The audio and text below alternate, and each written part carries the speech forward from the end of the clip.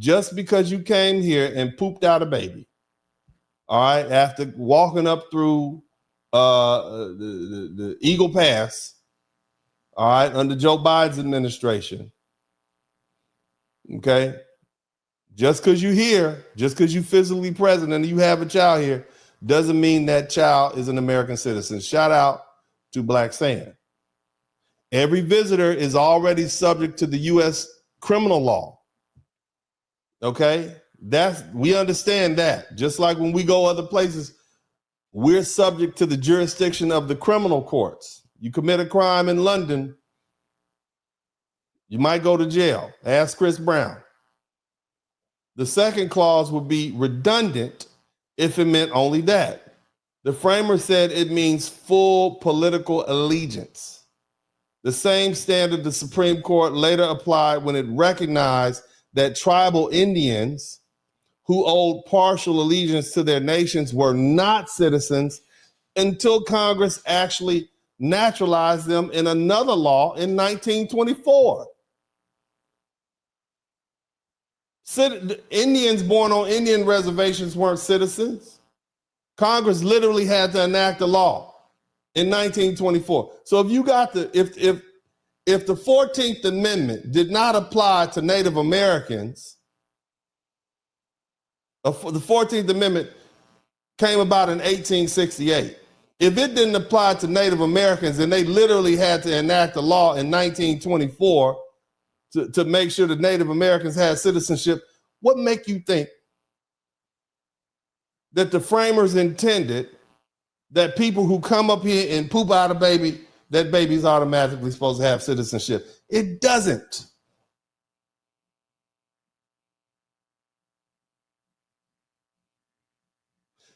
We're relitigating this now. But scholars, legal scholars, have debated this narrow reading for 150 years. Shout out to Lance Jack. Did you learn something? Did you learn something? Good.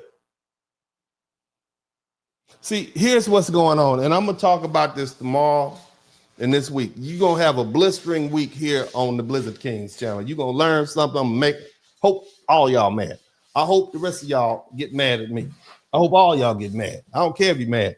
I'm going to make you mad. What's going on right now is we have some new economic realities. Okay? What's going on right now is we don't need these low-wage laborers anymore. We don't need these undocumented workers anymore. We don't need them. And what do we know as foundational Black Americans? When white folk don't need you anymore, they change the law. We don't need labor anymore. Not like that. We got enough Americans right here, right now to do what we need done. Between AI and robots that are coming about, we can get rid of some of these people. Labor is no longer essential. And so what happens? The political elites suddenly discover a constitutional problem. It's a problem with birthright citizenship. And they move to close it. The timing is economic, not doctrinal. We've been knowing this. And for you all who need an Ebonics transfer, when Black people say been knowing, that means we've known this for a long time. We've been aware of this information for quite some time now. It's not new. So what's going to happen next? Well, the executive order that Donald Trump says it states the statutes now pending would deny birth certificates to children of undocumented people. And they double dare the court to revisit the Wong Kim Ark translation or interpretation of the 14th. They will double dare you to do that. Shout out to Eddie B. Because see, if the exclusive allegiance reading prevails, then citizenship will attach only to children of U.S. citizens, lawful permanent residents, and certain long-term visa holders. You understand that? The precedent set here could then be turned against any group once deemed non-essential. Somebody type non-essential in the chat room. If the clause can be rewritten for immigrants today, then it will be. You understand what I'm saying? I hope you all understand it. So basically, like that Dred Scott decision, if I was on the legal team, I'd say, y'all better leave this one alone. You don't want to bring this case right now. This is going to set you back 150 years. You better leave it alone. Don't get Dred Scotted out here. That's what they should be saying that right. I know your ego says bring it. Don't do it. Don't do it. And that's in the set. That's where we at. Look, because slavery in America was hereditary, foundational Black Americans are unique in the diaspora. We are not simply African or Caribbean immigrants. We are descendants of those specifically enslaved in the United States. Shout out to Simeon Toko. Look, we've been here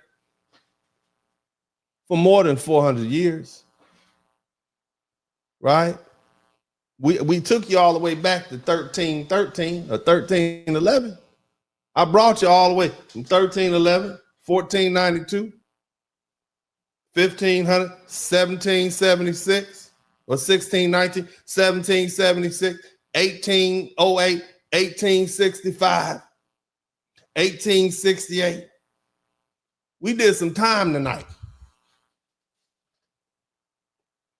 I find it interesting. Look how long Black people have been fighting. We talk, come on, man. Since 13, think about that, 700 years. And you got these Latinos out here, y'all fight for 3 days, y'all flip over some cars, and then y'all ready to quit. 3 days, y'all fought for 3 days. Y'all riots last 3 days, and we've been doing this for centuries. It's in our DNA.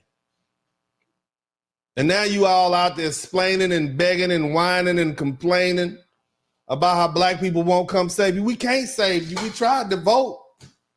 We tried to, not me, I'm talking about the good Black people. The good Black people tried to save you. The good Black people said, nah, we ain't gonna do them like that. We gonna vote for Kamala Harris and we don't want to get them deported. Trump said he was gonna deport you. The good Black people tried to save you all from Donald Trump. Not me, of course, because I'm about my money. Somebody type, Uncle D needs his bag. Okay, Uncle D needs the money. Not me, but the good Black people wanted to see you stay. You know these Black people who you call mayates and los negros and pritos. You know, you Africans, you call us Akatas. All the Akatas tried to keep you here. Huh? You know, you Haitians and such, y'all call us dark. We don't have a culture. You know how y'all talk about us. You tell your family don't associate with those Black people in America, those Black Americans. You know what you say. We tried to keep y'all here. You know, you Cubans, all that racism you got going on down there in South Miami, you won't hire us and whatnot. You know, us Akatas, us darks, right? You know, we tried to save y'all. But y'all wanted to vote for Trump because you wanted that proximity to whiteness. That's what you wanted. And you Africans, you wanted to show these white Americans that you weren't like these Black Americans. And so you went ahead and voted for Trump.